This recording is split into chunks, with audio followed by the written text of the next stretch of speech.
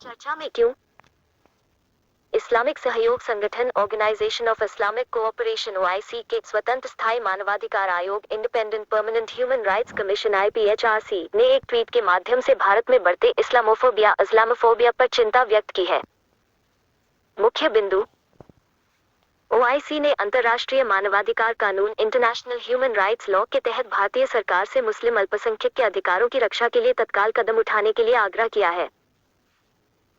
आईपीएचआरसी का ट्वीट भारतीय प्रधानमंत्री द्वारा कोविड-19 महामारी के दौरान एकता और भाईचारे पर बल देने वाले संदेश के बाद आया है।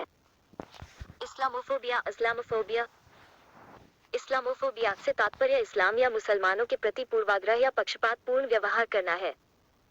कोविड-19 और इस्लामोफोबिया। मार्च 2020 में दिल्ली में मुस्लिमों तबलीगी जमात की एक धार्मिक सभा आयोजित की गई थी। इस आयोजन को भारत में पाए गए कई कोविड-19 के पॉजिटिव मामलों से जोड़ा गया। मीडिया के अलावा सोशल मीडिया पर लोगों ने भारत में कोविड-19 महामारी को जानबूझकर फैलाने के लिए तबलीगी जमात और मुसलमानों को जिम्मेदार ठहराया। इससे पहले संयुक्त राज्य अमेरिका के धार्मिक स्वतंत्रता आयोग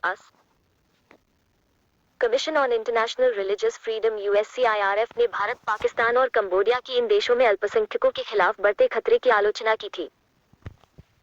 यूएससीआईआरएफ ने अपनी रिपोर्ट में सरकार की आलोचना की है कि अहमदाबाद के एक अस्पताल में कोविड-19 रोगियों को धार्मिक आधार पर अलग रखा गया था।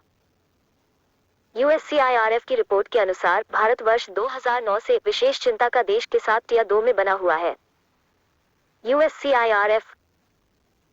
यूएससीआईआरएफ एक स्वतंत्र द्विदलीय अमेरिकी संघीय आयोग है जो दुनिया में धर्म या विश्वास की स्वतंत्रता के सार्वभौमिक अधिकार का बचाव करने के लिए समर्पित है।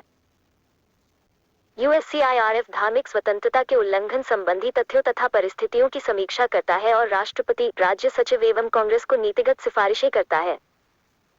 यूएससीआईआरएफ के आयुक्तों को अमेरिका के राष्ट्रपति तथा कांग्रेस अमेरिकी संसद के दोनों राजनीतिक दलों द्वारा नियुक्त किया जाता है।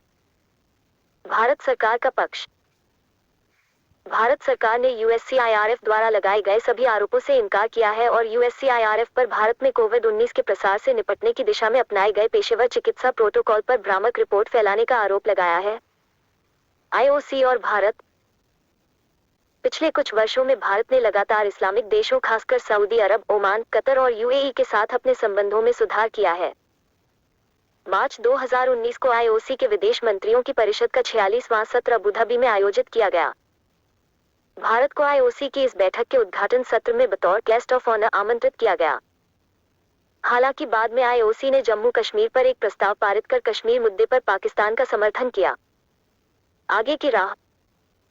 भारत का एक धर्मनिरपेक्ष लोकतंत्र के रूप में लंबा इतिहास रहा है, जहां हर धर्म के धार्मिक समुदाय पनपे हैं।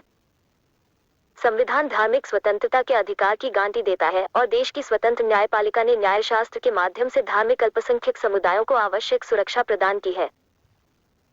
अतः कोविड-19 जैसी महामारी में सभी धर्मों के लोगों को एक साथ मिलकर समस्या का सामना करना चाहिए। चर्चा में क्यों?